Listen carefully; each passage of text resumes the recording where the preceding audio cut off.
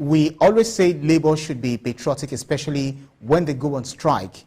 Do you think politicians are showing enough example of patriotism? That's a question for you, BKO. Largely, in the way they behave, I do not see so much patriotism.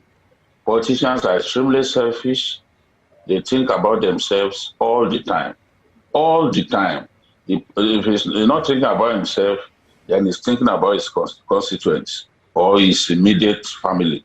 So politicians shouldn't come here and be telling us about patriotism. They have to show it.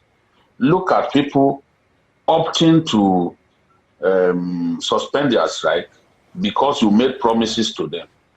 Promises that you knew in your heart you would not fulfill.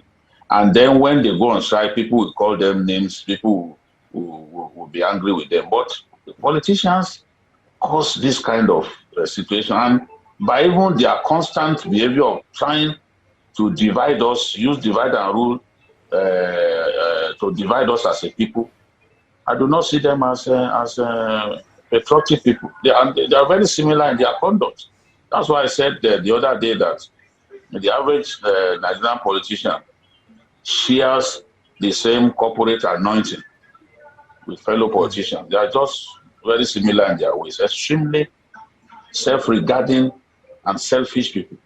How exactly do they usually organize the meeting and the agenda that always lead to unfulfilled promises? And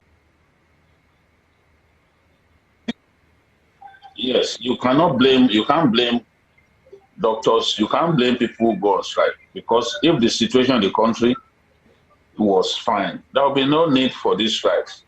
And I want you to know that even in advanced democracies, people still go on strike.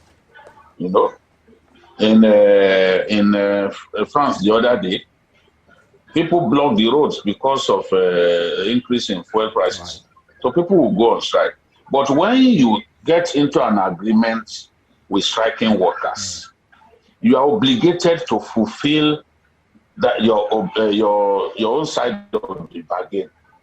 Right. Because you got them to suspend their strike.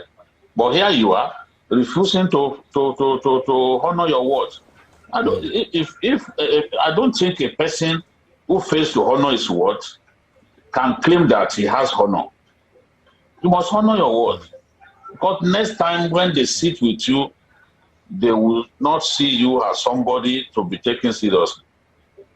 If you have a history of not honoring your word, people won't want to have anything to do with you. So these demands are there. The ones that you can fulfill, tell them that these ones I can fulfill. The ones that you can't fulfill, you can tell them, give us this number of months.